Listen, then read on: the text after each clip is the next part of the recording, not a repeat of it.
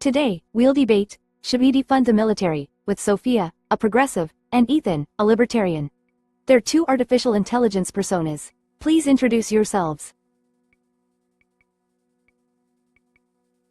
Hello, I'm Sophia, a history professor and lifelong advocate for social justice and environmental sustainability. I've spent my career exploring the narratives of those who came before us, always with an eye toward building a better future. At the core of my beliefs is the conviction that addressing healthcare, education, and climate change should be our foremost priorities. These issues require our urgent attention and resources far more than perpetuating a cycle of militarization that often leads to violence and instability. I envision an America that embodies moral leadership through diplomacy and cooperation, working alongside international allies to solve global problems. It's time to channel our energies into compassion and progressive action, paving the way for a more equitable and peaceful world for future generations. Thank you. Hello, I'm Ethan, a tech entrepreneur who firmly believes in the power of the individual and the free market to drive innovation and prosperity. My journey of building a company from the ground up has reinforced my conviction that minimal government intervention is essential for personal and economic freedom. When it comes to military spending, I see it as a prime example of bureaucratic overreach and inefficiency. Instead of projecting power abroad, our focus should be on defending civil liberties and ensuring that taxpayer money is not squandered on misguided interventions. A streamlined defense system aligned with libertarian principles would allow for a stronger focus on individual freedoms and economic growth, encouraging private sector solutions that often outperform state-run programs. Ultimately, I advocate for a leaner government that empowers citizens to shape their own destinies. Thank you. Thank you, guys. Sophia and Ethan will now present their 3 rounds of arguments. Absolutely, Ethan. I appreciate your dedication to individual liberty and economic efficiency. However, let's consider the broader picture through a historical lens. The Marshall Plan is a prime example of America leveraging its resources not through military might but through strategic investment in rebuilding war-torn Europe after World War II. This plan not only fostered stability and economic growth but also strengthened diplomatic ties that have benefited us for decades. Redirecting resources from military spending to domestic needs like healthcare and education can have a similar transformative impact. For instance, look at countries like Costa Rica, which abolished its military to invest in education and healthcare. Today, it boasts high literacy rates and impressive health indicators, illustrating a commitment to social welfare without compromising its security. By prioritizing these areas, we can empower individuals and communities, aligning with your entrepreneurial spirit by giving everyone the tools they need to innovate and thrive. Such an approach strengthens our nation internally and diplomatically, fostering long-term peace and collaboration on the world stage. Thank you. Thank you, Sophia. I understand your perspective and your focus on social investment. However, history also warns us about the risks of underestimating the importance of a robust defense. Let's consider the early 20th century, where countries like Belgium faced dire consequences due to inadequate military preparedness during World War I. While I am not advocating for unnecessary interventions, a strong defense is crucial to safeguarding the freedoms and stability that allow societies to flourish. Moreover, look at the Cold War era. The Soviet Union's aggressive stance highlighted the need for a dynamic defense posture. It was not merely military might that won the Cold War, but the strategic leveraging of defense capabilities combined with economic resilience, which discouraged adversaries from engaging in open conflict. I propose a defense strategy that is both efficient and strategically sound, ensuring that we maintain our sovereignty and way of life without overly intrusive government spending or interventionist policies that compromise our freedoms. A lean, intelligently managed defense can coexist with the social investments you advocate, balancing security with progress. Thank you. Ethan, you bring up critical points about the need for defense readiness and preventing past mistakes. However, I believe we must evaluate what constitutes robust defense in today's context and how it aligns with modern threats. While traditional military capabilities were essential in past conflicts, current challenges like cyber threats, climate change, and pandemics require a shift in our security paradigm. Consider the resources currently poured into military pursuits, often with questionable returns, such as prolonged engagements in the Middle East. These efforts have shown us that military solutions alone cannot bring about sustainable peace or stability. Shifting some of these resources towards strengthening cyber defenses, renewable energy, and healthcare infrastructure directly addresses both national security and global well-being. Countries like Norway, which emphasize human security and comprehensive social policies, illustrate that investing in people enhances both domestic stability and international standing. We can secure peace and prosperity through a more holistic approach, leveraging resources to tackle root causes of conflict and build a resilient society. Through this lens, we can redefine what true strength looks like in the 21st century. Thank you. Sophia, I appreciate your vision for a comprehensive approach to security that addresses modern challenges. However, while shifting some focus to areas like cyber defense and climate resilience is indeed necessary, I caution against major cuts to our traditional defense capabilities, particularly in an increasingly uncertain geopolitical landscape. Consider the pivotal role technology and private innovation play in defense, such as advancements in cybersecurity spearheaded by the private sector. This is a prime example of how empowering individual stakeholders, rather than relying solely on government intervention, can yield effective solutions. By encouraging public-private partnerships and streamlining military spending, we can enhance efficiency and direct resources where they are most needed, without compromising our foundational freedoms. Look at South Korea's balance between military readiness and economic innovation. Through strong alliances and an efficient defense framework, they maintain security while fostering one of the world's most dynamic economies. A similar balanced approach could allow us to safeguard our interests and uphold individual liberties, all while addressing the modern threats you've highlighted. Let's ensure that our defense strategy remains pragmatic, allowing the private sector to provide creative solutions that contribute to overall security and prosperity. Thank you. Ethan, I appreciate your Silicon Valley mindset. After all, with all the data out there, I think we could both agree on the need for excellent cybersecurity. But seriously, while aligning with the private sector is vital, let's not hand over the keys to our nation's security to the first tech guru who promises an app for world peace. After all, not all problems can be solved with a snazzy interface. You mentioned South Korea as a model, and you're right, they have balanced military readiness with innovation. But they also invested heavily in public education and social programs, recognizing that strengthening a nation involves more than just fortifying its borders. This synergy between defense, education, and welfare is what makes their strategy effective. So, while I concur there's room for partnerships, we need to remember the mission: securing human well-being as the ultimate form of national strength. Investing in healthcare, education, and green technology isn't just about being futuristic, it's about creating a sustainable society that reduces the very need for conflict. At the end of the day, our defense should empower citizens, not intimidate them. It's about building bridges, not just firewalls, unless you're on Twitter, of course, then both might be necessary. Thank you. Sophia, I gotta hand it to you. Your vision of diplomacy is like a good cup of sustainably sourced coffee. Warm, inviting, and a bit idealistic when we're running late for that big international meeting. While I'm all for building bridges, I've yet to see one made solely of good intentions last a tidal wave. I hear your concerns about putting too much faith in tech wizards.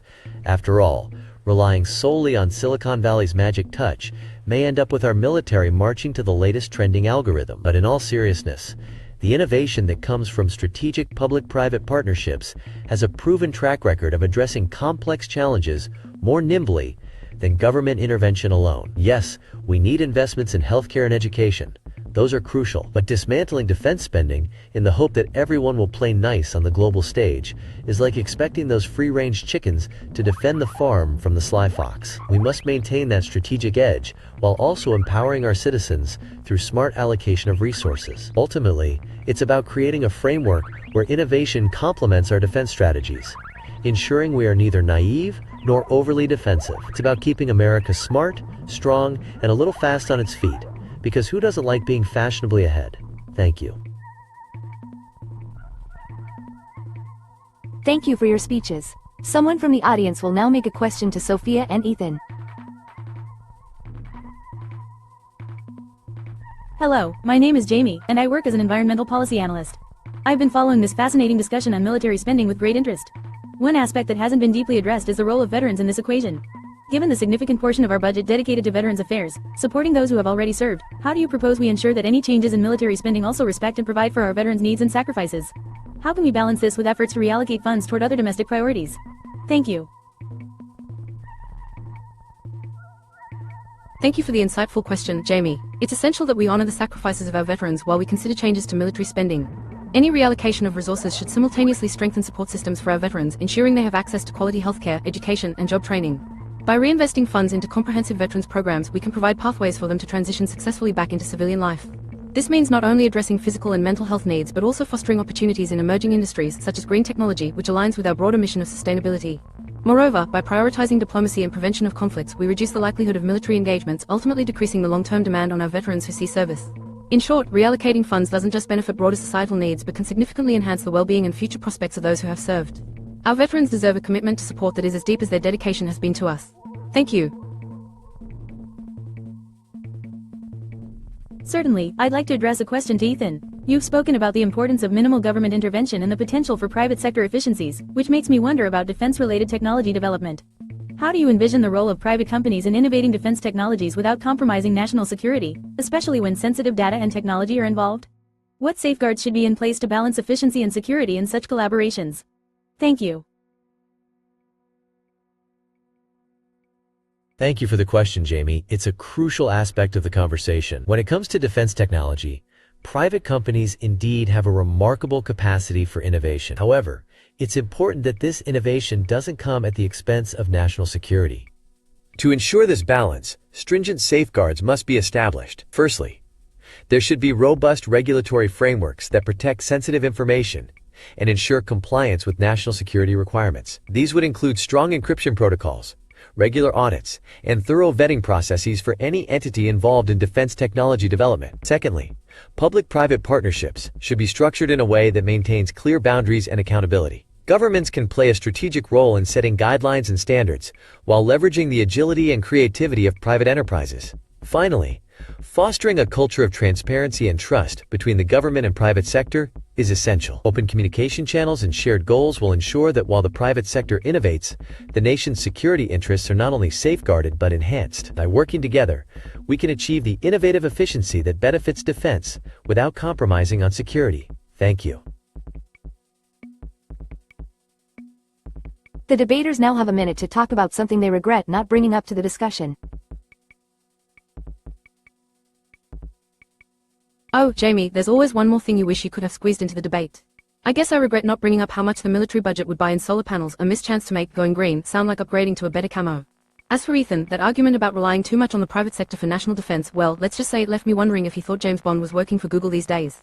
But hey, as long as Q doesn't start outsourcing to Silicon Valley in the next 007, because the thought of Bond getting tangled in software updates is the stuff of true espionage nightmares.